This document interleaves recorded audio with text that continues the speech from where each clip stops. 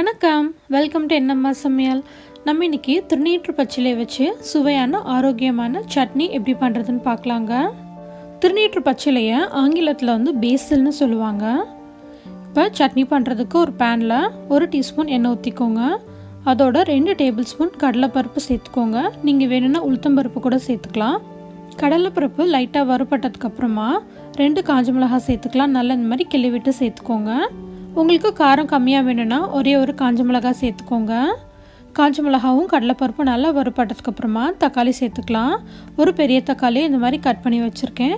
உங்களோட தக்காளி புளிப்பு கம்மியாக இருந்ததுன்னா கொஞ்சமாக புளி சேர்த்துக்கோங்க. அடுத்து 2 பெரிய பல் பூண்டை இந்த மாதிரி நீளமாக கீறி சேர்த்துருக்கேன். அதோட இந்த சட்னிக்கு தேவையான அளவு உப்பு சேர்த்துக்கலாம். தக்காளி நல்ல குழையிற அளவுக்கு வதக்கிக்கலாம். திருநீற்று பச்சிலையை நம்ம வீட்டில் ரொம்ப ஈஸியாக வளர்க்கலாம். நல்ல வாசனையாகவும் இருக்கும் அதோட இலைகள். திருநீற்று பச்சிலையில் நிறைய மருத்துவ குணங்கள் இருக்குது. நம்மளோட ஜீரணத்துக்கு ரொம்ப நல்லது. அதே மாதிரி நம்ம உடம்புல இருக்க தேவையில்லாத கெட்ட கொழுப்பெல்லாம் குறைக்கும்.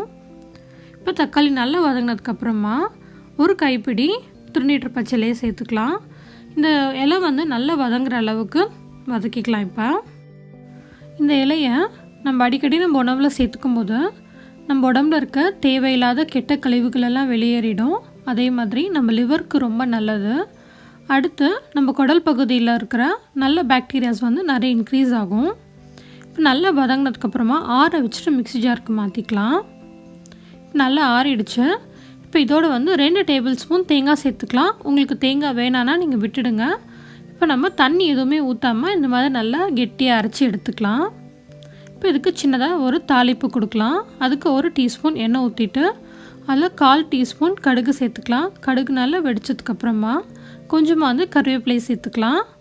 அதோட 1/4 டீஸ்பூன் பெருங்காயத்தூள் இதெல்லாம் நல்லா கலந்து விட்டுட்டு சட்னியோடு சேர்த்து கலந்துட்டோன்னா அருமையான ஆரோக்கியமான சட்னி ரெடி ஆகிடும் நமக்கு.